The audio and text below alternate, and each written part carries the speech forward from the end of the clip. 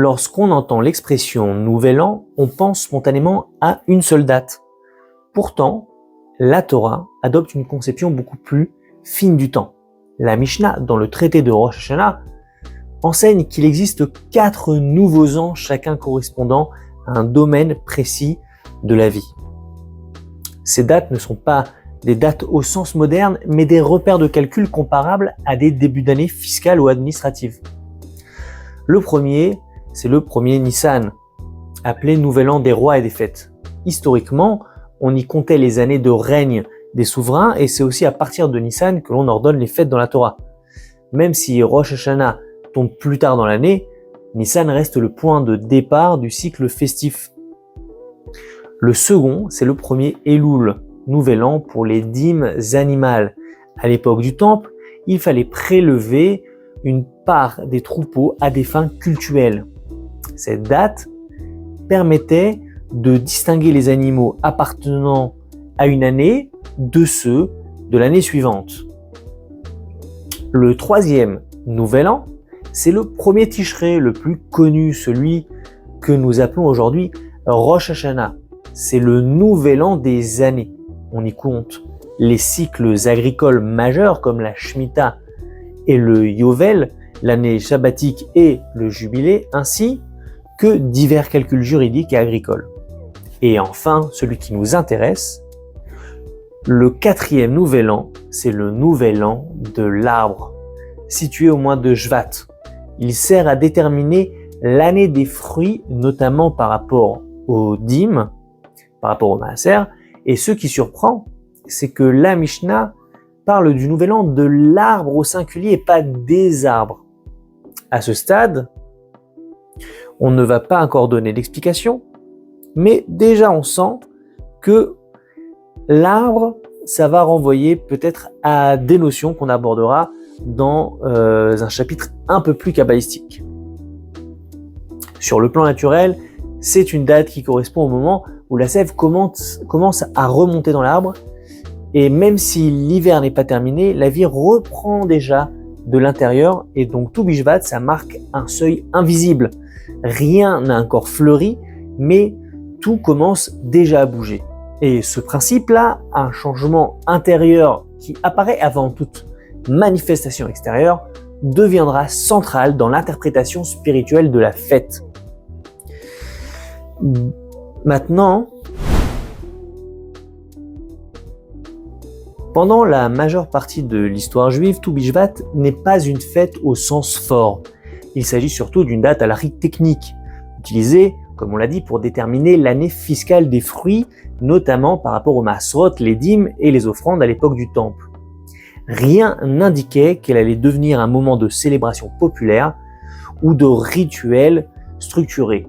Et le changement va s'opérer relativement beaucoup plus tard à l'époque moderne, lorsque les kabbalistes vont commencer à relire Tu Bishvat comme un moment chargé de potentiel spirituel. C'est alors qu'apparaît ce que nous appelons aujourd'hui le Seder de Tu Bishvat. Or, cette apparition tardive a éveillé certains soupçons. Pourquoi ce rituel n'apparaîtrait-il pas clairement dans les écrits du Harizal tels qu'ils ont été transmis par Rabbi Chaim Vital? Et pourquoi surgit-il précisément à une époque qui est traumatisée par le mouvement sabbatéen de Shabtai Tzvi? Car en effet, au XVIIe siècle, le monde juif est profondément ébranlé par l'affaire de Shabtai Tzvi, un faux messie dont le mouvement a laissé une méfiance durable envers toute nouveauté mystique. Dans ce contexte, certains ouvrages mentionnant le Seder de Tu Bishvat, notamment le Sefer Yamim, ont été soupçonnés d'être influencés par des cercles shabbatéens. Et cette suspicion a conduit certains rabbins à rejeter ou à minimiser la pratique par crainte qu'elle ne dissimule une théologie déviante. Cependant, cette accusation n'a jamais été démontrée de manière sérieuse. D'une part, les thèmes du Seder, les fruits, les bénédictions, les mondes spirituels, la réparation sont entièrement classiques dans la Kabbale lurianique et ne représentent aucun élément typiquement sabbatéen shabtai, comme la transgression ritualisée ou l'inversion des valeurs qu'on retrouve dans ce mouvement. D'autre part, plusieurs grandes autorités halachiques et kabbalistiques ultérieures, parmi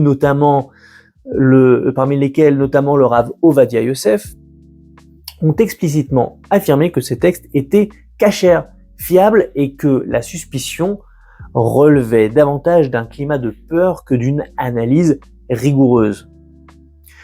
Surtout aujourd'hui, la recherche historique permet de mieux comprendre l'origine réelle du Seder, car la première mention explicite de celui-ci se trouve dans le livre Birkat Eliyahu publié en 1728.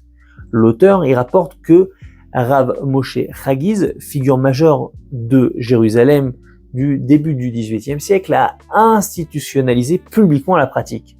Rav Chagiz précise qu'il ne s'agit pas d'une innovation personnelle, mais d'une coutume transmise dans la famille, qui remonterait à Rav Moshe Galanti, lui-même issu du cercle des élèves du Harizal. Le Seder de Tou Bishvat n'est donc pas né d'un courant marginal, mais d'une tradition lorianique authentique transmise de manière orale et fragmentaire, puis mise par écrit tardivement. Tous les enseignements du Harizal n'ont pas été consignés par le Rav Chaim Vital seulement, et donc certaines pratiques ont circulé sous forme de coutumes locales avant d'être fixées dans des livres. À l'origine, le Seder est assez simple. On va consommer 15 fruits et étudier 15 chapitres de Mishnah. Ce n'est que progressivement que des textes comme le Pri Etz Hadar vont y ajouter des lectures bibliques, des passages du Zohar et une symbolique beaucoup plus développée. Pour comprendre la profondeur du Seder de Tou Bishvat, il va falloir introduire un principe fondamental de la Kabbale.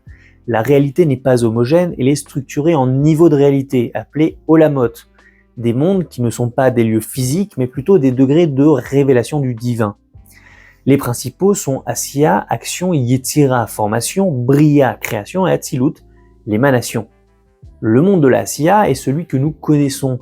Il est matériel, dense et fragmenté. La Kabbale décrit ce monde comme saturé de clipotes, des coquilles ou écorces qui enveloppent et dissimulent la lumière spirituelle. Rien n'est donc mauvais en soi, mais tout est recouvert. Et les fruits à la coque dure, comme des noix, des amandes et des agrumes, vont symboliser ce monde, car pour atteindre l'intérieur, il va falloir briser une enveloppe. Au-dessus se trouve Yetzira, le monde des formes, des émotions et des forces spirituelles. Et ici, la lumière est beaucoup plus accessible, mais pas totalement libérée. Et donc, les fruits à noyau intérieur représentent ce niveau. L'extérieur est comestible, mais le cœur reste dur quand même.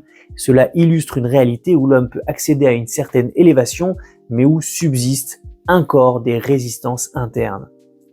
Vient ensuite Bria, le monde de la création, qui est plutôt intellectuel et spirituel.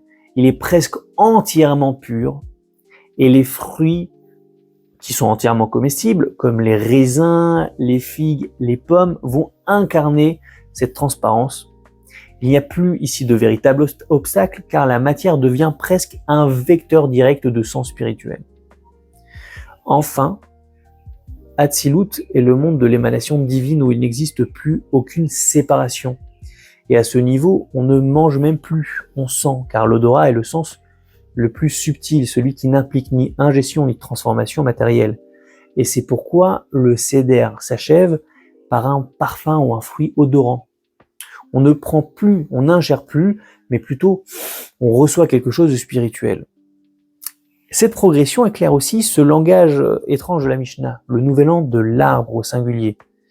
Il ne s'agit pas des arbres du verger, mais plutôt de l'arbre spécifique, spécial, l'arbre de vie, la structure spirituelle qui relie tous les mondes. Et d'ailleurs, le mot Ilan a pour valeur numérique 91, qui est un nombre qui symbolise la jonction entre l'infini divin et sa manifestation dans le monde, comme la valeur numérique du mot ange malach. Et donc chaque étape du Seder est une tentative de réactiver cette jonction. Et dans cette perspective, manger à Tou Bishvat devient un acte de réparation consciente. La faute originelle d'Adam est liée à un fruit consommé sans discernement. Et à l'inverse, Tou Bishvat propose un fruit mangé avec bénédiction, avec intention, avec structure, avec conscience. Et ce n'est pas donc la matière qui va poser problème, mais c'est la manière d'entrer et d'aborder la matière, et ainsi, à travers des gestes simples, l'homme apprend à transformer le monde et non à s'en détacher, à révéler la lumière cachée au cœur du réel. Un ajout frappant dans l'évolution du Seder de Tou Bishvat, c'est l'apparition des 4 coupes de vin. C'est un détail qui n'est pas anodin, car dans la tradition juive, 4 coupes évoquent immédiatement Pessah, Pâques et la sortie d'Égypte, c'est-à-dire la rédemption, la délivrance. Et la question va devenir inévitable, quel est le lien entre Tou Bishvat, les arbres et la délivrance? La réponse est symbolique, car le Messie est souvent décrit comme un germe, un tsemach, quelque chose qui pousse lentement mais inexorablement, et la rédemption également n'explose pas soudainement, elle croît comme un arbre.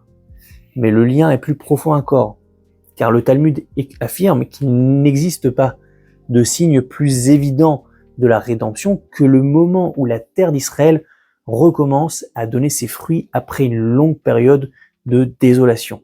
Et cette idée s'appuie sur une prophétie de Yéhezkel Ézéchiel décrivant le retour d'Israël sur sa terre avec les montagnes qui refleurissent, les champs qui se remplissent, la fertilité qui revient partout. Et autrement dit, la renaissance agricole n'est pas seulement quelque chose d'économique, mais c'est plutôt un symptôme spirituel. Lorsque la terre répond à nouveau à son peuple, quelque chose de fondamental est en train de se réparer. Les 4 coupes de Tou Bishvat traduisent cette montée progressive, car on passe du blanc au rouge, de la douceur à la rigueur, d'un monde qui a un corps fragile à une vitalité forte et assumée. Tou Bishvat, c'est donc une fête qui est dans le processus de la rédemption, pas du tout son aboutissement, mais qui se trouve dans le processus caché. Et il célèbre le moment où la vie recommence à circuler, où cette promesse de délivrance va se manifester dans la matière.